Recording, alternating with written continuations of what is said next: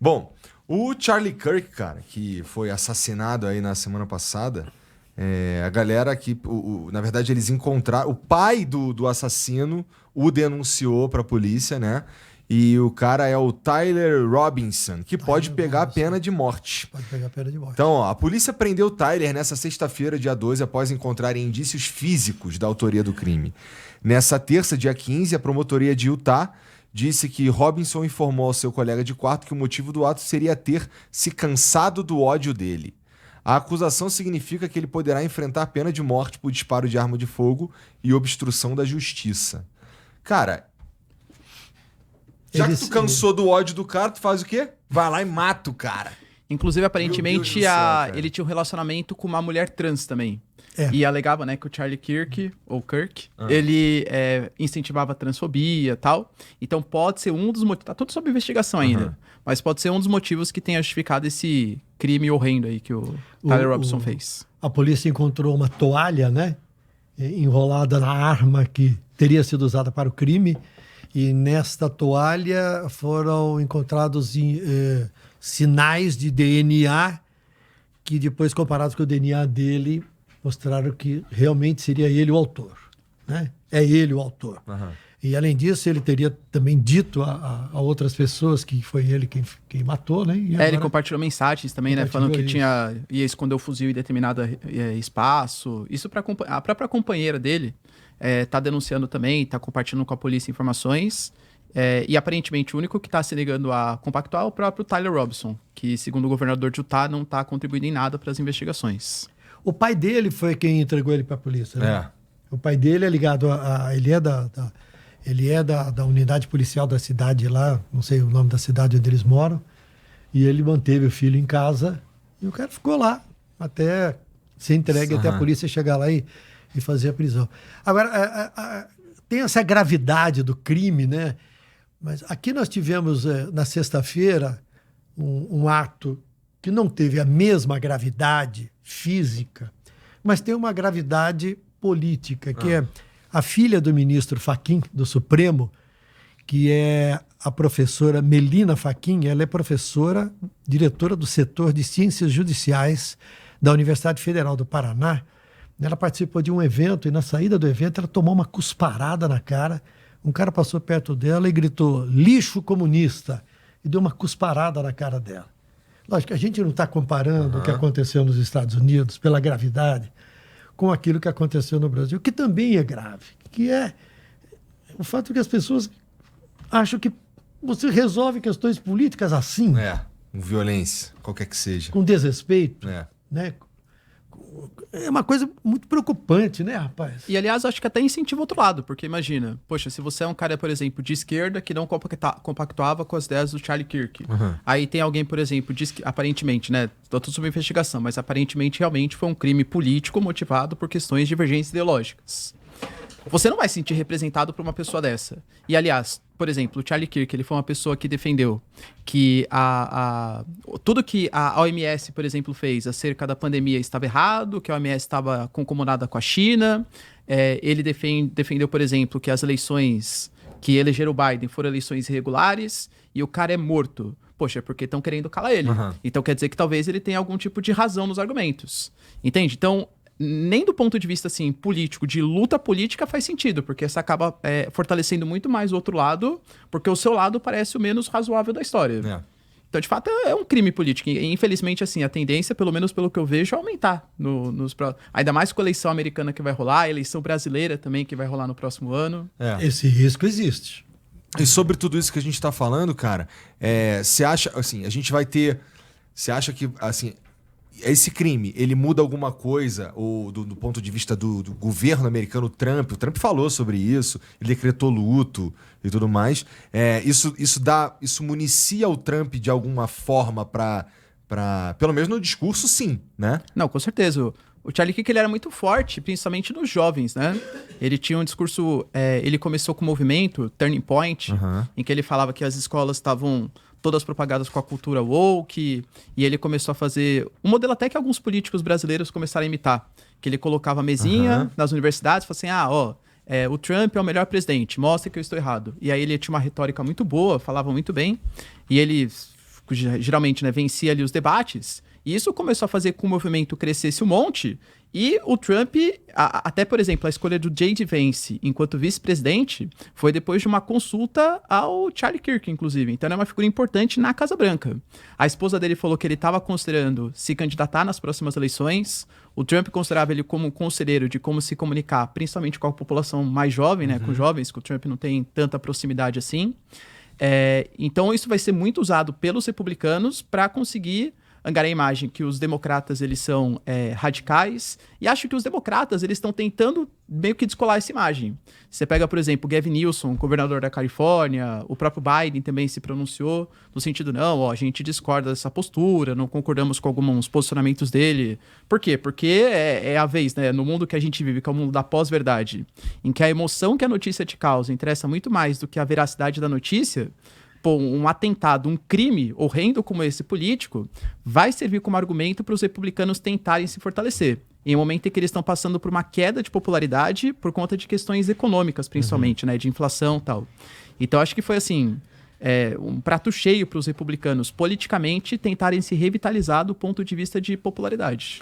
O Kirk tem uma coisa, né? Quando ele começou com essa organização, em 2016, se não me engano, né?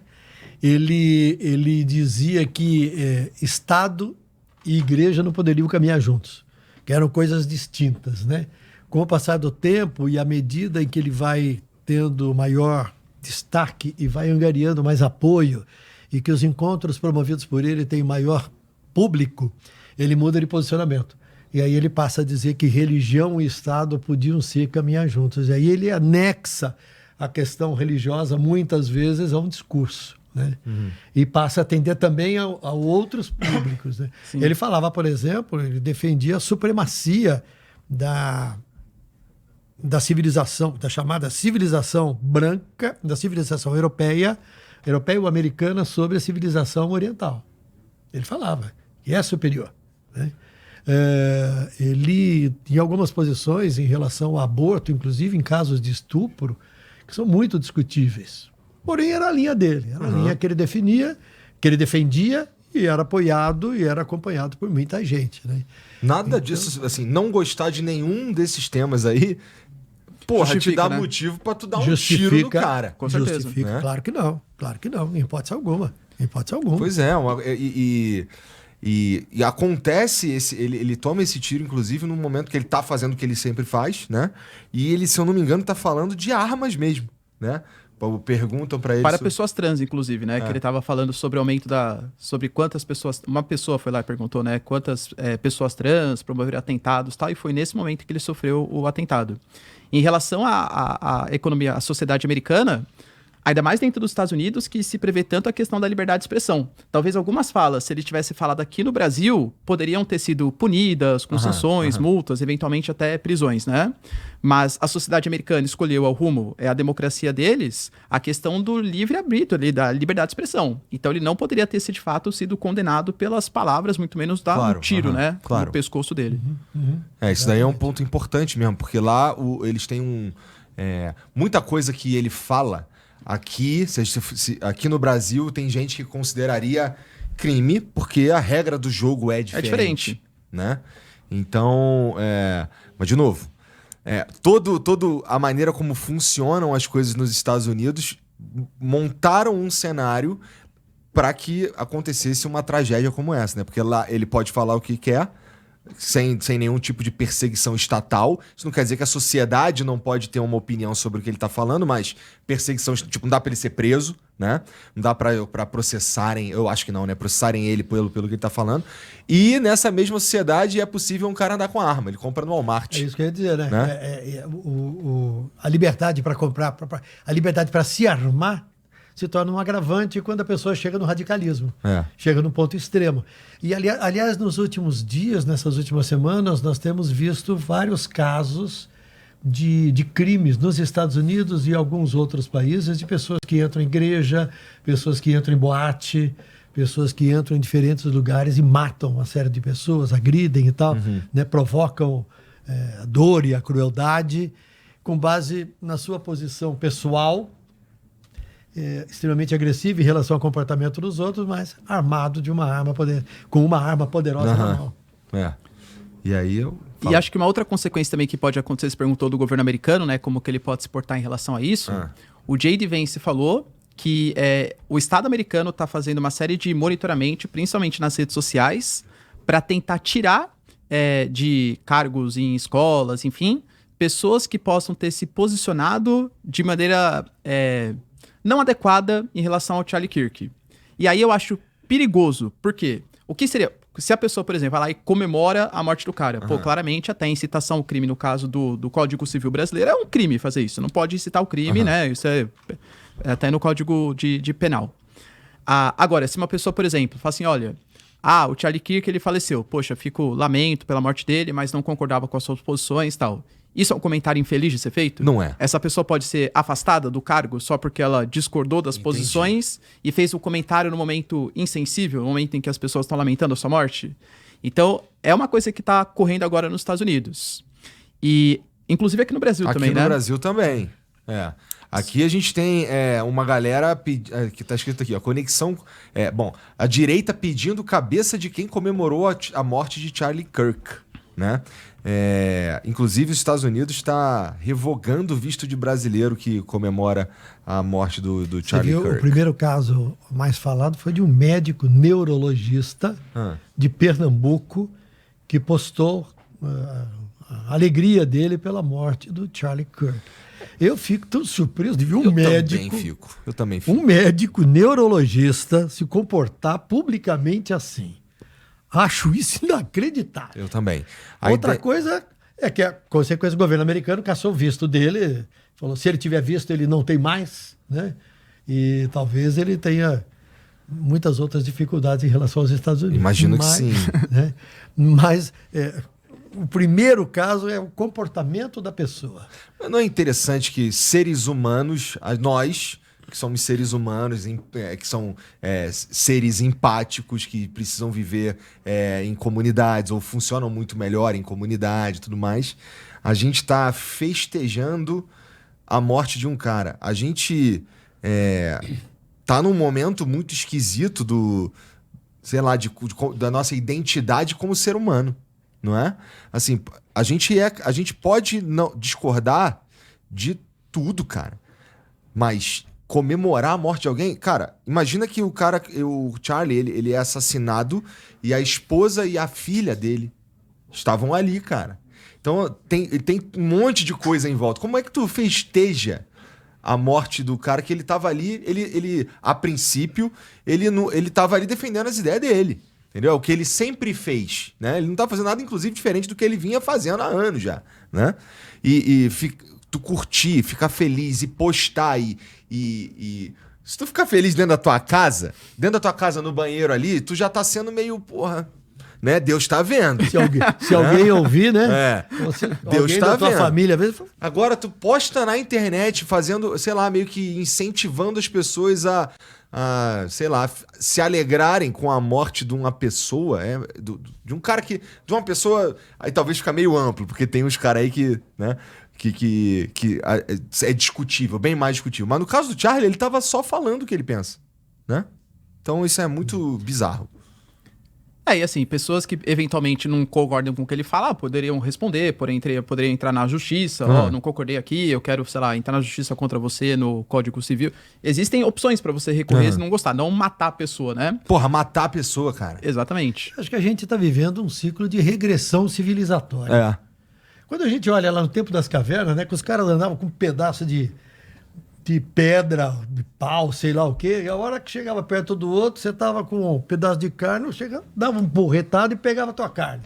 Não tinha conversa, me dá um pedaço dessa carne que eu tô com fome também, né? Era assim. E a gente tem visto coisas aqui que nos leva a pensar, mas, cara, peraí, cara, nós vamos resolver assim, a gente não resolve, a gente vai pro caos. Exato. Com esse tipo de comportamento, a gente corre o risco de ir para o caos, e no caos todos perdem. Sim. Especialmente os mais fracos, porque os mais poderosos sempre continuaram a ser poderosos, né? É muito triste isso, e preocupante, né? Não, pra mim é uma é uma demonstração clara que a gente está passando por um momento muito esquisito da humanidade, tá? Porque não tinha gente comemorando só aqui no Brasil, né? Tinha gente comemorando ao redor do mundo, né? Então, sei lá, me pega de um jeito... Cara, o que a gente tá... Como é que a gente chegou nesse ponto, tá? Será que a gente foi tão radicalizado assim? E a única variável que tem aqui para chegar nesse ponto é a rede social, a internet, que é os algoritmos, né? Colocando a gente cada vez mais nas bolhas, reforçando aquilo que a gente pensa o tempo inteiro. E a gente acaba desaguando no momento que tem uma pessoa comemorando a morte da outra pelo que ela pensa, né? E é muito diferente de comemorar qualquer outra coisa, né? Uma pessoa morreu, pô. É isso. Né? É muito diferente de comemorar qualquer outra coisa. A comemoração é uma coisa grande, de um prazer, né? Que tem a ver com a tua família, com uma festa em casa, com os amigos, com o teu time de futebol, com uma promoção no trabalho, né? Um carro, alguma coisa que você comprou. Agora, a morte de alguém? Aí não, né? Aí não, né? Calma aí. Não, né? Então, os Estados Unidos está falando lá que vai ter demissões por postagens sobre a morte, né? Isso aí também saiu aqui saiu na imprensa aí, que tem um site que compilou publicações sobre o assassinato do influenciador e afirmou ter recebido quase 30 mil posts, de acordo com mensagem no meio-dia de sábado, aí, dia 13. E você bota IA para fazer isso, não tem nem trabalho. É verdade, dá uma facilitada. E aí tem até diferença em como funciona a sociedade americana e a sociedade brasileira, porque nos Estados Unidos, como eles têm muito menos regulações trabalhistas, se o empresário ele considera, não concordo com as posições políticas do cara, porque ele comemorou ou porque ele discordava do Charlie Kirk, ele tem total autonomia para demitir a pessoa. No caso do Brasil, isso é um pouco mais grave, né? Porque mas tá tendo um movimento aqui também, né? Exato, mas aí pode gerar repercussões até mesmo jurídicas, porque você não pode, teoricamente, claro, né? Demitir as pessoas pelo posicionamento político que ela tenha. Claro que é diferente de demitir a pessoa por ela ter incitado ao ódio ou ter comprometido a imagem da empresa, né? Porque, sei lá, se o funcionário ele vai lá, adorei que o cara tomou um tiro, ele foi lá e compartilhou alguma imagem na rede social, pô, aí beleza, existe uma demissão. Agora, que nem eu falei, é diferente você usar a morte para falar, não, eu discordo dessas posições e ser demitido por isso. Pelos Estados Unidos não tem nenhum problema. Não deveria ser feito em repartições, em órgãos públicos do Estado americano, penso eu, né? O Estado americano não pode perseguir as pessoas pela opinião que elas têm. Agora, na iniciativa privada, totalmente liberado nos Estados Unidos. No caso do Brasil, penso eu que empresários que fizerem isso apenas com a motivação que a pessoa não gostava do Charlie Kirk podem ter complicações jurídicas. Eu acho que o movimento aqui, ele tá falando sobre... tem a ver com extremismo. Eu vi alguma coisa no Instagram do Thales Gomes, e ele falando sobre não manter extremistas dentro das empresas.